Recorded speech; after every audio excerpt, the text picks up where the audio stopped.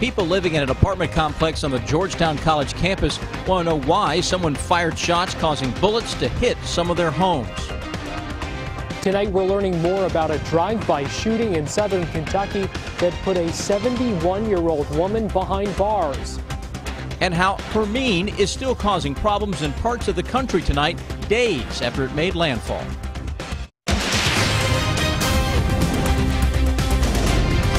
This is WKYT News at 11. Good evening. Labor Day weekend ending with some warmer temperatures across the bluegrass, and it looks like the heat will be sticking with us for now. We begin tonight with meteorologist Jim Caldwell and your no-wait weather forecast. Jim? And this heat, Sam, is going to stick around, it looks like, for most of this new work week, as a lot of folks will go back to work tomorrow. We'll likely see 90 pop up again on many thermometers. It did today, does again tomorrow, and beyond that over the next few days here. Right now we're at 77 in Lexington. Some more low 70s and upper 60s are also getting thrown into the mix. You go into southern and eastern portions of Kentucky, you find out a little more. By tomorrow afternoon, tomorrow evening, you find that we will hit around 90. Then let's go into Wednesday, because Wednesday probably goes up maybe a degree or two in some locations. So we're in the low 90s out there, more widespread.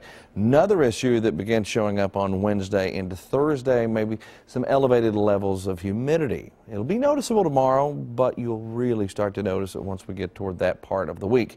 Defender Radar Network likely stays quiet until we get into the latter part of the week, but the focus of the forecast is basically the heat, and it is back from the holiday break. It took one too. A few more 90-degree days to go. I will track all of them coming up for you in the 7-day forecast. Some people on the Georgetown College campus made a frightening discovery after waking up this morning. Someone fired shots at their apartment complex. WKYT was the first to report this story at 6 tonight. The bullets hit doors and even ended up inside at least one home. Georgetown police say they are not sure why the shots were fired at Hambrick Village on campus. New tonight, Monique Blair talked to people who live there. It's our top story at 11. We kind of started to think, what if those are bullet holes? Just a few weeks into his freshman year, Georgetown College football player Clayton McCune woke up Monday morning to quite a surprise. The glass was shattered a little bit, and like I said, the first thing we thought was something happened and the glass broke, so. McCune quickly realized his mirror was broken because 2 gunshots were fired into the front door of his college campus townhome. That's where we think the first one ended up hitting, and then as we go back here, we didn't notice this little hole here at first. The first thing we ever saw was the bathroom. McCune says he, along with all of his roommates, were in bed by 2:30 a.m. and nobody heard the gunshots. So 2 bullets went all the way through one door here, then 3 doors down. 2 bullets also punctured the door here, but they did not go all the way through. But if you look over here, there is a surveillance camera. Right now, Georgetown police are reviewing that footage to see if there is any evidence that describes a little more into what happened. They do have security that does patrol the area on foot and in a vehicle. We very seldom get called out here unless it's something that we need to get involved in. As Georgetown police and campus police try to find whoever is responsible for this crime, McCune and his roommates say they are not sure who would have done this, but right now they say they're just thankful because it could have been much worse. One of my roommates, his bed is right on the other side of this wall. He's leaned up against the wall probably about this high, so the bullet, if it had continued to go through, it would have. But it stops right here. In Georgetown, Monique Blair, WKYT. Fortunately, no one was hurt by any of those gunshots. The Georgetown College campus security team has told the students who were affected that they'll do whatever they can to ensure that they are safe. 2 separate shootings in Lexington on this Labor Day have left 2 people seriously injured.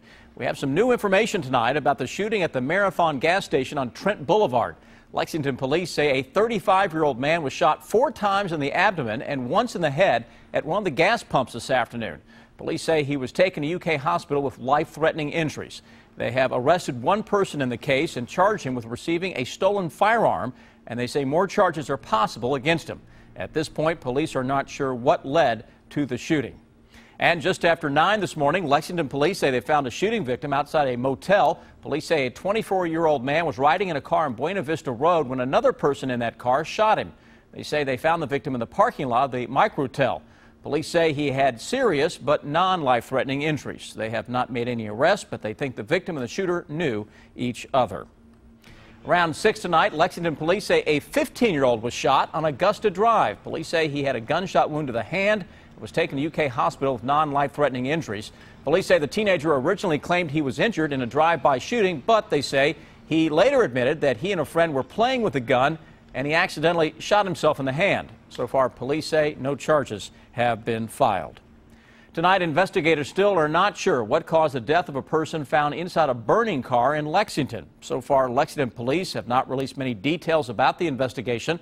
Some people deer hunting nearby say they heard a loud boom and then saw the car on fire at the intersection of Elkchester Road and Red Road last night. They say they tried to help, but at first they couldn't tell if anyone was inside the car. Started screaming and hollering, and we didn't hear nobody in the vehicle, so, you know, we backed up because it was really, really hot. The Fayette County coroner has not released the name of the person found dead inside that car. The body has been sent to Frankfort for an autopsy. The sheriff calls it one of the most unusual cases he's ever worked. His office has been investigating a drive-by shooting at a Whitley County home. Now, the suspect is a 71-year-old woman. The Whitley County Sheriff's Office charged Julia Miller with wanton endangerment. Garrett Weimer has the story new at 11. The sheriff says there aren't many drive-by shootings here in Whitley County, but there's a first time for everything. This is the first one that, first and hopefully the only one, since I have been sheriff down here. And I have been the sheriff of Whitley County for, this will be my 6th year. Not only that, it was around 2:30 in the afternoon on Friday when investigators say it happened. 71-year-old Julia Miller was arrested and charged with wanton endangerment. Investigators say Miller was driving by when she fired 5 shots at a home on Whetstone Road, hitting a window pane, but thankfully not hurting anyone. Someone could have been struck very easily. 5 projectiles out in the air could have happened, but it didn't. Deputies say they found this .22 caliber pistol and 5 shell casings inside her car.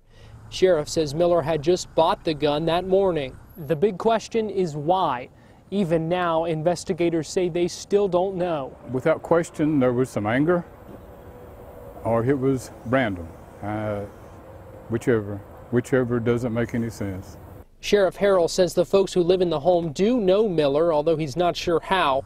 Investigators say they do not believe alcohol was involved. The sheriff calls it an unusual case. In Whitley County, Garrett Weimer, WKYT. And the sheriff says the case will be presented to a Whitley County grand jury.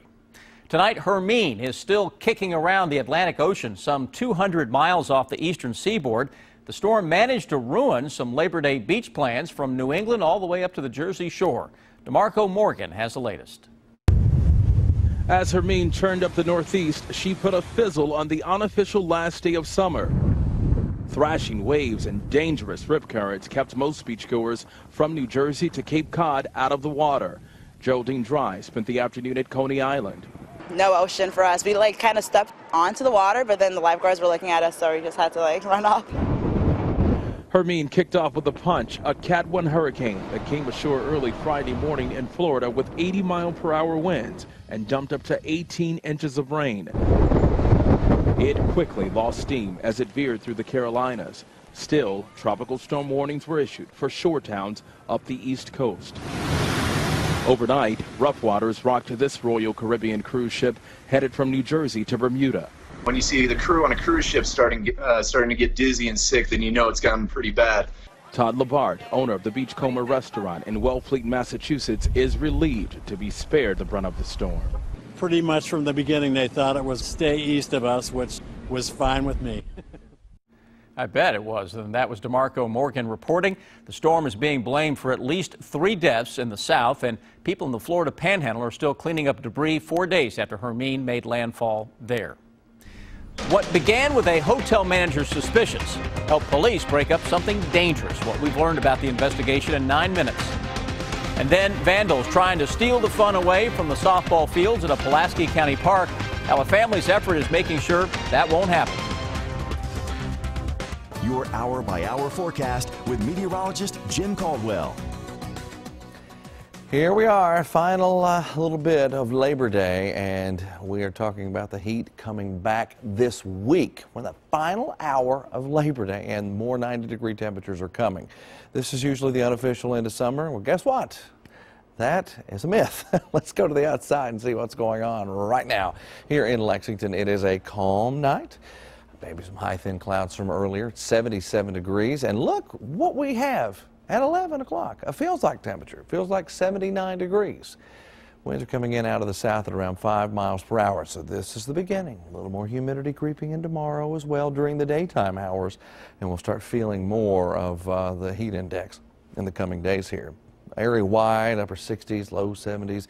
Go back toward Louisville, upper 70s, low 80s. Still holding steady here tonight, so a warm one for you. And our muggy meter will start increasing Tuesday and Wednesday and really into Thursday. Out ahead of a system, another frontal boundary that's going to be driving toward us, we'll get a spike. So it gets here Thursday into Friday, and when you have that rolling in, that is just another enhancement to add a little more juice to the atmosphere, making it feel a little more uncomfortable and more like summer, even though we're into September. It's very normal to see 90-degree temperatures here over the past several years. We've been doing it.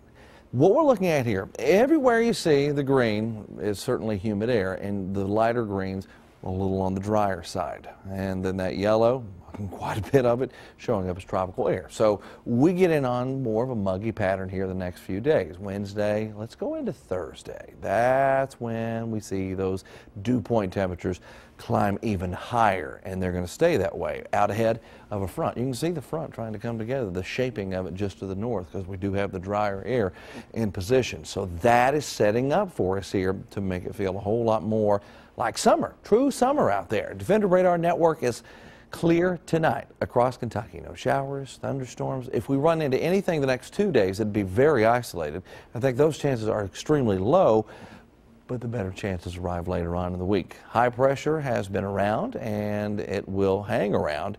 And as it does, it'll pump in more of a southerly wind, which will just add a little more moisture to the air, making it feel more uncomfortable and keeping the hot stuff right in position here. And then eventually feeding this frontal boundary. You got an area of low pressure in front that will come sweeping across the country toward the end of the week and into the weekend. And what it does is it flips the pattern again. It'll be another big blast of fall air. This is one, this would be number 2 if you think about this past weekend's. This one's a little bit deeper, I believe, and a little more intense.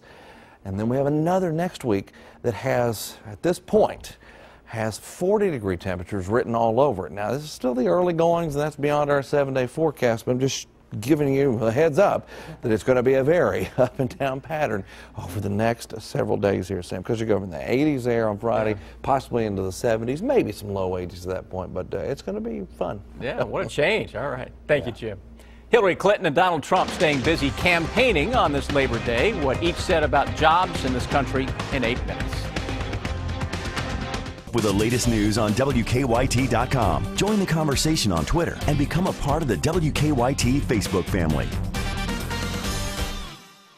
Tonight, police in Mount Sterling say they've broken up a large drug operation. Now 6 people face charges. A manager at the Mount Sterling Days Inn says he noticed many people going in and out of a room overnight, so he called police. Surveillance video shows the police response. Investigators say they found meth in that room. The 6 suspects have been charged with making and trafficking in meth. This comes less than 2 weeks after police made arrests for a string of overdoses in Montgomery County. Some concerned citizens and county officials have now formed a group to fight the drug problem in the county. This goes to show that our police department is committed to battling the dealers as much as possible. You know, it's something that you're never going to be able to really conquer, you know, but you can put a dent in it. And that's what we're trying to do here. The group, called Montgomery County Adapt, will have a forum on heroin September 15th at Montgomery County High School. New tonight, a second person has been arrested for a robbery in Whitley County. The Whitley County Sheriff's Office says deputies arrested 44-year-old Glynis Nance over the weekend. Investigators say he and Isaiah Canada robbed someone at knife point at the High Top boat ramp last month. The victim says the 2 men claimed they were park rangers. Deputies arrested Canada last week. They also say they found meth at Nance's home.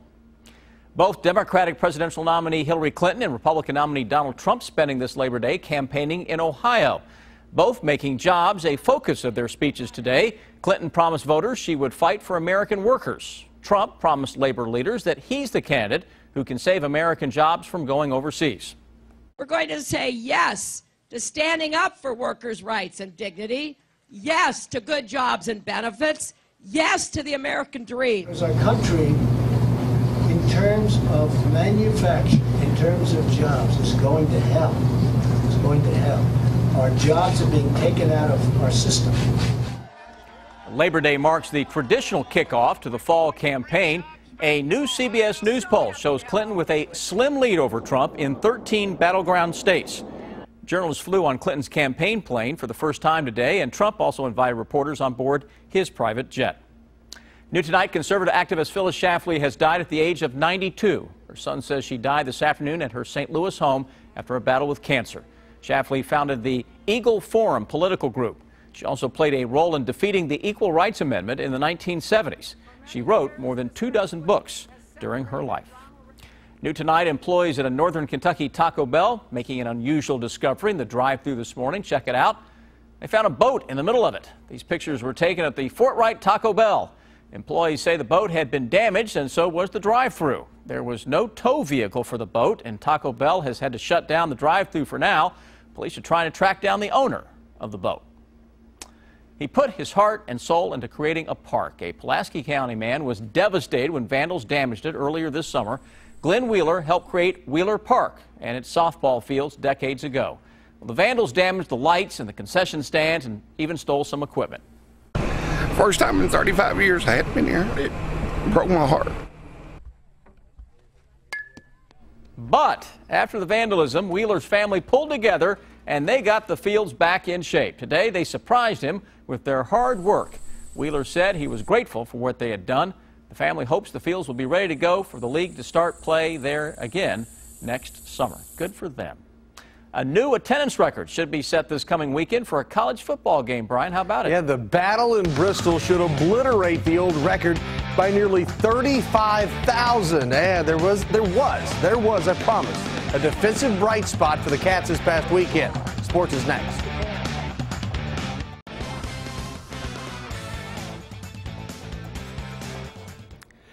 We all saw what happened Saturday night against Southern Miss. One of the most demoralizing losses UK has probably ever experienced. You can take your pick on the plays which hurt the Cats, whether it was a dropped interception, fumbling the ball in the red zone, several blown coverages.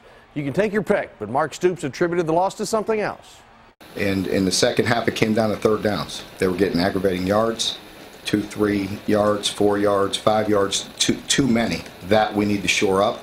We cannot get milked in the run game, and then we have to convert third downs.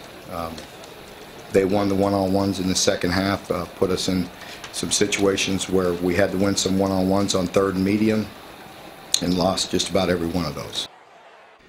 Now, one of the major highlights overshadowed in the loss was the play of sophomore linebacker Jordan Jones. The Youngstown, Ohio product had 19 tackles. That's the most since C.J. Johnson had 19 at last year's overtime win against EKU. Jordan Jones played exceptionally well. What, as you know, as I go back to the first scrimmage and I was disappointed in assignment, and he kind of did that rat trapping thing, got out there and just wanted to run around instead of taking care of his business and then play. He only had 2 missed assignments, and he played, again, don't quote me exactly, he played in the neighborhood of 80 snaps, and he was all over the field. He made, 19 tackles, a sack, and a QB hit. He showed the explosiveness and the speed that you're looking for. Well, the Wildcats, great effort. The Wildcats open SEC play Saturday in Florida. The Gators have won 29 in a row against UK. The game is Saturday afternoon, 3:30. You can see it right here on WKYT. 11th ranked Ole Miss in Orlando for the Camping World kickoff against 4th ranked Florida State. Chad Kelly on the fade. Gets some help from DK Metcalf, and Uncle Jim Kelly knows they got away with one. 14-3 Ole Miss. The Oxford Rebels pouring it on. Kelly to Evan Ingram, 21-yard score. It's 28-6 at one point, but Florida State roars back. Kermit Whitfield on the outside. FSU takes the lead, but the Noles want some more. DeAndre Francois to Ryan Izzo.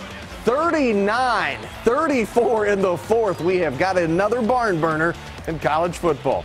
There has not been too many players in Central Kentucky quite like former Madison Southern star Damian Harris. The folks in Alabama know they have something special in this young man. Old number 34 had his Crimson Tide coming out party against Southern Cal over the weekend. He credits his offensive line for 9 carries and 139 yards.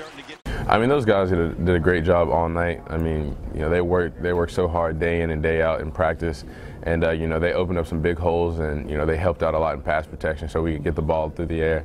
You know, those guys do a great job, and because you know, the play starts with them up front, and you know, I can't give those guys enough credit because you know, they just work so hard and they really protect us out there. So you know, all the credit to those guys. How about Bristol Motor Speedway? They have been in a 2.5-week scramble to transform the racing venue into a football stadium for Saturday's game with Tennessee and Virginia Tech. Close to 160,000 fans plan to be in attendance. The Battle at Bristol is already expected to set a new college football attendance mark with a chance to just absolutely shatter the previous mark of 115,109 who watched Notre Dame and Michigan in 2013. 160,000. Final round of the Deutsche Bank Championship. Putting with the wedge on the 18th is Aaron Baddeley. Putting with the wedge because his putter is out of commission. Mine has been out of commission for 13.5 years.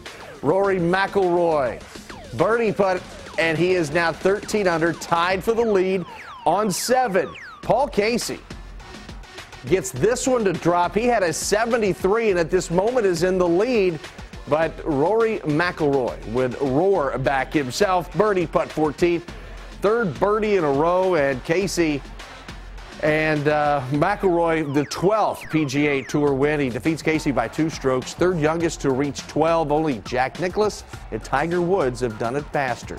Pretty good company. That's sports. We'll be right back. The Late Show with Stephen Colbert is less than a minute away here on CBS and WKYT. Tonight's guests include Will Smith. All right, high of 90, steamy day tomorrow. I'm looking over your shoulder. That's the best way I can do the forecast. Look right through you. You just keep looking over there because I don't want to see the ugly parts of this because it is ugly the first few days of our 7-day with highs in the upper 80s, right around 90 degrees. But at the end of the week, we've got a decent cold front that sweeps in, brings some rain, and brings some much needed relief again because after you deal with 90s, after you're at the unofficial end of summer, it's just not there. All right. And now you get to take a few days off. That's right. All right, you've worked really hard. Let's get out of here.